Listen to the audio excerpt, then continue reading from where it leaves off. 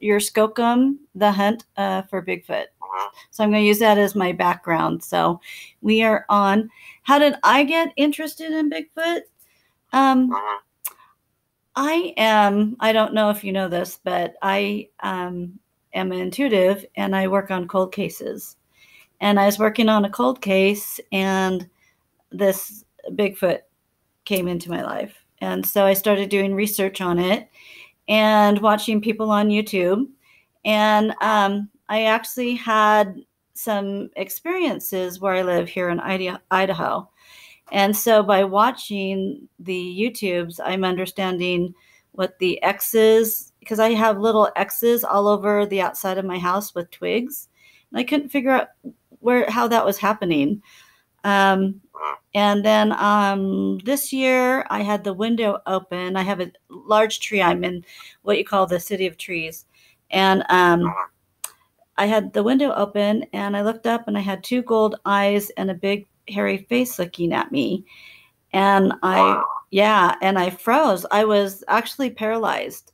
I couldn't move. I couldn't think. And until it kind of just went straight down. And then when it disappeared, our eye contact broke off. I ran into the back room in panic. You live out rural? Were you rural? Do you live in rural? Well, Country? I'm kind of not in the country. I'm close to a foothills, they call it. It's not a mountain, it's a foothills. So I how does that happen? And no one else. I'm in a neighborhood. Do you live alone? I do live alone. Ooh, that is scary.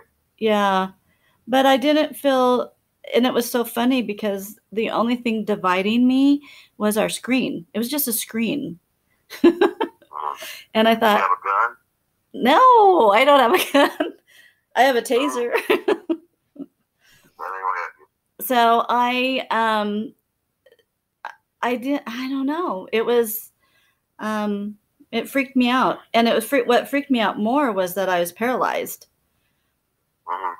And it does that to you. Have you heard of things like that? Oh, they did it to me. When I had that encounter. Really? He put me, my throat got clammy. I was shaking. I was so scared. My knees were knocking. My teeth were rattling. The old saying goes, it was. And I was frozen. I couldn't move. And all of a sudden, it seemed like I went in a tunnel. And the tunnel was a vertical tunnel. And it was clear. It was a clear tunnel. Wow. And my back was to the wall of this tunnel. And I'm looking, and I'm really sick and kind of out of it. And it seemed like pictures of my life. It was coming up the tunnel, up, from the bottom going straight up. And everybody said he hit you with that, whatever that stuff is. They say they hit you with it, but I got a good dose of it. Is it kind of like a vibration that they hit you with, or what do you think? It kind of had a humming noise to it. Oh. Okay. But, it was weird. The tunnel seemed to be probably 20 feet around, and my back was to the wall, and I was slowly turning really slowly, but everything was moving so slow, real slow. Yeah. And it was a dream, man. It's like, remember years ago, all over ago, people did back in the 60s, that LSD and all that stuff, what it would do to you. And, it was pretty raw, and like I said, I will be doing some shows. I just got back from Philadelphia, Pennsylvania. I did the travel channel, flew me up to Philadelphia. And, I did about a 2-hour show for me. It's going to be on in October. Okay. On October 1st. And then they're going to send me back to New York in a couple of weeks to do another show for them. It's a new show they're coming out with. Okay. And, so. That is fantastic.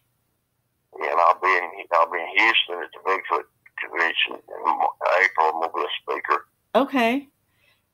That is great. So, because my channel may not be familiar with your story, can you elaborate? I know you've probably told it 5,000 times, but can you give it to us again? You're coming in and out. Okay. Can you hear me better now? Yeah. Okay. So I was just saying that my YouTube channel, some people might not be aware of you, and that's what's great that we're talking about, everything that you're doing and about your experience. So when you had that, I listened to one of your videos, and you were hunting. Is that correct? I didn't catch the end of that. What was that? You were hunting, and yes, I was deer hunting. I went deer hunting that day, and it was on weekend, and I was going to get up that morning early and go, and overslept. And so, I said, well, I got things to do in the house, so I'll do that. And I'm like, evening hunt. So I got on my deer stand about 3 o'clock that evening. Yes, I'm sorry if you hear some strange noises. That's my dog. And so you had 2 Bigfoots that were chasing you because they were feeling that you were a threat for their food supply? Yes, it was about, like I said, I got on my stand about 3 o'clock, and beautiful day, bluebird day, and temperature about 30 degrees. Wow. My stand was facing directly north, and I was hunting down this old logging road at dead end, and I turned off the main highway, went down a secondary road, mile and a half, and took a left down this old logging road, which was about a mile back into the woods, and it dead ended. That's where I had my deer stand at the dead end. But I would park my truck about halfway down and turn it around because I didn't want to drive down all the way and spook the deer out, Yeah. And, but I got back there, and I was sitting there and looking around, and just enjoying the air and the day. And this young deer doe come from the east, and she come running up to my deer stand, and it was really thick back there, really, really thick. You couldn't see 30, 40 yards total. And she come up to my deer stand, and I heard something coming, and I thought, it was her. She come running up and got under my deer stand and actually laid down and was touching it, and she was just panting, because she was wet. She'd been run to a creek or something, really tired, and well, I got ready because I said, there's a big buck running this little doe, and he's gonna be coming up, I'm gonna bust him, Yeah. Well, that wasn't the case. I got ready, and I was looking that way, and something just come up real quick in about 2 o'clock position, and it was big and black, and it immediately got behind a tree, but he was so big, so wide that the tree wasn't big enough to hide him. Wow. So he wasn't there a minute, and he hopped flat-footed from that tree to another tree at my 3 o'clock position, which was between 20 and 25 feet. He hopped flat-footed. I mean, he was standing behind that tree, and he just hopped and landed with his feet touching that other tree. I've never seen that like that. He got off the ground. Wow. And he was standing behind that tree looking at me. And it was a little bit bigger tree, so he was kind of sideways and trying to tuck in there, to hide, and had one eye peeking around that tree looking at me. And I thought it was somebody trying to play a trick on me because I didn't believe in Bigfoot. I thought that, I heard about the Gimlet film when I was about 12 years old, but I thought that was something to make a movie with.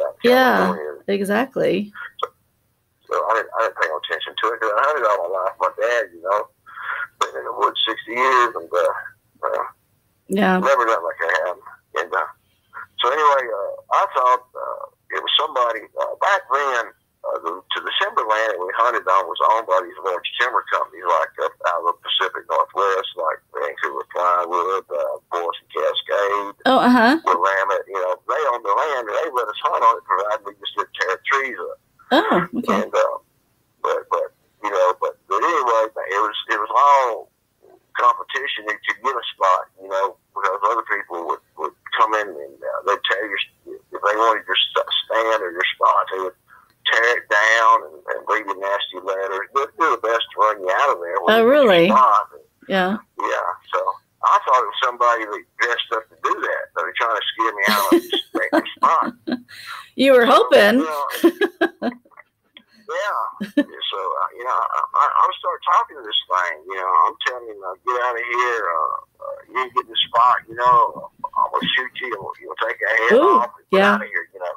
And so he's looking at it. So finally, he just steps out to the side of that tree, and he's looking at me. But man, I tell you what, he was giving me some of the meanest looks. Those eyes. Everybody says with his body skill, I said, well, yeah. He was 27, 8 feet tall, 500 pounds. Yeah. Of course it did, but the eyes were satanic. I mean, my God, I've never seen it like that. Those eyes were. Yeah, that's the same. Yeah, that's the same thing I felt. I cannot get those eyes out of my head. I mean, it was like he was trying to make eye contact with me continuously, and I could feel it. It was like he was trying to suck my soul out of my body, Wow. And it was horrible. I mean, yeah. I've never been that scared in my life. Yeah. And so I'm sitting there thinking all kinds of things that's going through my head, questions that's coming into my head, just being answered rapidly, And, yeah. And so this is going on, and I got there at 3. I think this happened about 3:20 when we first come up. And so, I'm thinking, is this a feral human? I've done some reading on feral humans, a week before. I said, oh my God, this is a feral human. Wow. I can't shoot this thing, but I don't know what I'm going to do. Yeah. And, he made that, I had that hot deer rifle, but he made it feel like a BB gun, because he kind of let me know, like, I ain't afraid, you do what you want to do, and I'm going to do what I want to do. Yeah. And so, and I really was afraid to shoot the thing because I was afraid it'd make him madder, and I just wanted to leave, go back where you come from, and I'll go up where I come from. Yeah. I'll never come back here. And that's probably the best choice you made. He wouldn't move, so. Yeah. Anyway, I said, I seen it was going, but this thing is going south, and it's going south quick, so I might have to do something.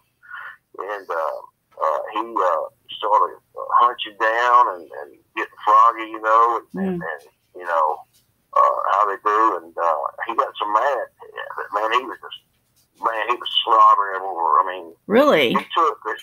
Yes, he was standing by a tree. He took the inside of his fist and was beating that tree. Really? He was hitting that tree. Oh man, he was hitting that tree hard as he could. You made him mad. He should have. It was bam. He was mad. Yeah. He was mad. Yeah. And so I said, before I shoot this thing, I'm going to look through my scope at his face, and I'm going to make sure and try to put it in my heart that this ain't no human. Yeah. I really need to know. Yeah. So I put my scope on him. I put the crosshairs right between his eyes, and I said, I looked at him and I said, oh my God, this ain't no mask. This ain't nothing fake. I could see his eyelashes moving, and oh wow, with, steam coming out of his mouth and nostrils, and so I had the crosshairs right between his eyes, and he's only about 15 yards from me, 20 feet or something. Wow. And so when I clicked that safety off of that rifle, I guess he heard it. Uh-huh. And he throwed his head back and let out a roar. Wow. And lion. And it was like getting hit by 70 mile per hour wind. I've heard that before. Mm-hmm. No, my whole body, it just seemed like it went through my body and come out the other side. Yeah. Luckily, it didn't knock you out.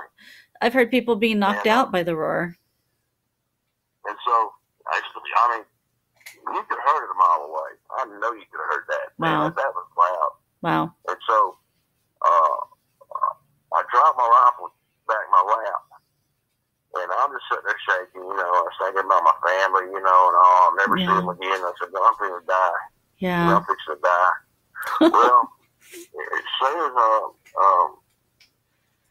he did that, about 100 yards to the northeast, a sharp whistle come back. Oh. And it was kind of like a whistle like what you hear at these manufacturing plants, sometimes they have whistles, Yeah. signal by. Yeah. And I heard that 1,000 times in a wood scene. I thought that was a bird. Yeah. Yeah. Well, he looked over there at it, and then he looked back at me and kind of grinned at me, and he did that whistle back. He whistled the same whistle back. I seen him do it, and then all of a sudden I heard movement coming from there, a bipedal step. I said, "Oh no!" He knew he was getting back up, didn't he? Your Bigfoot was getting back up. That's probably why he grinned. He knew that he had someone coming in. Yeah, well, they seemed like they've done it overrun me because they would got up there and they would have split. They'd have charged me and split. Yep. And you know what you got to do. Yep. They got me. Yeah. But anyway, I said, something told me, said, you know, you got two deals. You can stay here and die, or you can run and try to make it. So yeah. I jumped down off that stand. God, I was young back then, 26. Didn't weigh about 165 pounds. And yeah. I could move, but I couldn't move that day. My legs felt like they weighed 1,000 pounds apiece. Yeah. And so here I go, 10 to the west. My truck's up there about a half a mile. It's turned around, thank God, I always do that. And he's, instead of him going the other way or staying, here he is. He's flanking me. He's running about 50 feet over to the left of me. But he's running through these trees. And we have these big thorn trees down here. They got thorns 5-6 inches, and they'll cut you like a knife wide open. Really? You have to have surgery. And he was running through them. Really? Running through them. Wow. Oh, he's not. I mean, and that scared me because when I saw what he was doing, how he was looking back at these thorn trees and other trees he was knocking down, bulldozing down, and he was going, I could hear him just vocalize. Wow. I said, oh my God, I've had it. Yeah. So I'm running. I'm finally coming up on my truck, and so I said, "What am I going to do?" When I stopped to unlock that truck, and it takes the time to do it. He's going to run up here behind me. He's going to nail me. Yeah. Well, when I got to the tailgate of the truck, I swung around from the hip, and I just fired a shot at him, a warning shot, you know. Yeah. And, he hit the back of an old dead pine tree. The bullet did, and it was directly about lined up with his head. And, wow. I mean, if he'd have been another 2 seconds, the bullet would have probably caught him in the head. Ooh, yeah. I mean, it was close. So I get in the truck, get it started, and I'm taking off. Well, I'm hammering on it. And he runs up behind the truck, and as hard as he can, and he grabs for the tailgate. Oh, and he misses it, but he misses it by 6 inches. I guess he was going to try to get the truck. Oh my gosh! And I look back in my mirror when I see all this, and the other one is coming up the logging road, and he comes running up, and then he stops, standing beside the other one. And he's kind of looking at him like, you know, what's the deal, you know? And yeah. I think the other one kind of. The second one kind of lagged a little bit because he heard that shot. Yeah. He probably thought, you know, I don't want to go up there and get into that, you know. Yeah. And, you know, I think that's why he took his time. But, you know, like I said, you know, 2 weeks later, I went back and asked us when the hell to go get that stand. And he said, why you can't do it? You've done made somebody mad, you know. And he was about a mile and a half in front of there. He even showed me what spot was. Yeah. And so I wouldn't tell nobody what happened. I said, no, I'm not going to tell nobody because back then there wasn't no cell phones, there wasn't no internet. Yeah. Just these little local town papers, you know, and they ain't going to put that in there. And my friends at work would have better get rid of me so much I had to quit, you know. And so I'm having to carry all that in, you know. And, anyway, my deer stand was built out of that oil field pipe. It's called drill stem. It's what they actually drill going in the ground. And this stuff is tight. It's thick. And we went back there to get it. It was wrapped around that tree like a vine. Oh, really? Yeah, I always put a lock at the top, a big old logging chain, but with a lock. I locked it. Yeah. And he looked at that tree and he said, damn, he said, you know, he said, where your stand is like a ladder stand, and a piece of plywood seat on it, Uh-huh. I cut a video on the other side where I could slide into the tree. And I take my chain and bring it around, lock it, you know. Yeah. A very portable stand. And he said, Mike, who did you piss off? I said, no, I don't know nobody. You did somebody. You know. You did. It was wrapped around a tree, and wow. he said, you couldn't get a truck in here because there's other trees next to this tree. Yeah. He said, you couldn't do it. You couldn't have circled it. Yeah. And he was looking at it, and he was scratching his head, you know. So I said, well, we do need to get out of here. Just forget about it. So, yeah. You couldn't get it off there anyway. You took a torch and cut it off. But really? Anyway, we left. And, you know, he died in 2010, but his wife said that she told me a while back. She said, I knew about it. She said, I didn't say nothing, you know, over the years. She said, he come home and he told me about this deer stand. She said, you never seen that like that, you know? Yeah, yeah. And he told her that, you know, in 81 when it happened, you know, and she knew about it. So she kind of validated my story. Yeah. You know? I have a question on the Bigfoots. Did they both look alike, or were they different looking? Could you tell? Yes, I can tell. You know, they both pretty much look similar. Okay. I'm going to say they were kind of younger because of the way they were built. Okay. They had bodybuilder bodies. I mean, they were muscular. They wasn't no, you know, bad hanging. You know. Uh-huh. And like short hair, or did they have longer hair dangling down? Coming up his hair was kind of long. Okay. And I know, go ahead. Did you see the pictures? I did. I was just going to talk about that Sevilla did for you. Yeah, Sevilla. And I've been in contact with her because I did a YouTube channel after I had my sighting, and I found her channel somehow, and I was going through her pictures, and one of her pictures almost was exactly what I saw.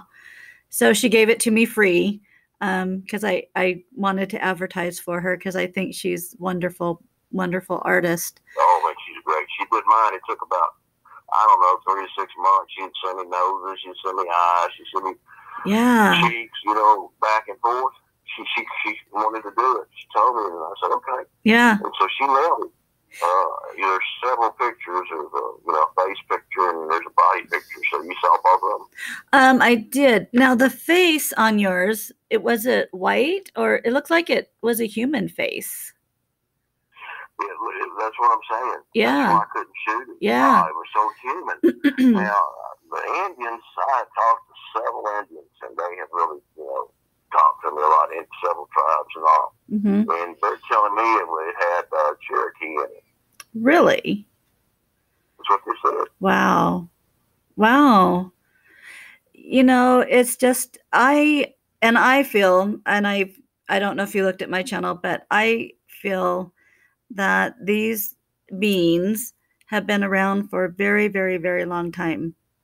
And I think they've walked the earth for a very, very long time. So I just think they probably may have been around longer than man or the same as man. And it's... Right, well... Yeah. What do you think? The Indians have been here 400 years, and they said they were here when they got here. Yeah.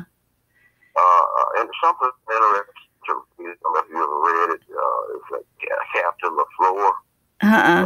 What was it? In Oklahoma. That battle he had with them. Now say that last part again. I couldn't understand. Yeah, you're kind of muffled. I'm having trouble understanding you. Oh, sorry. There was the Captain LaFleur from Oklahoma. I went to war with those things.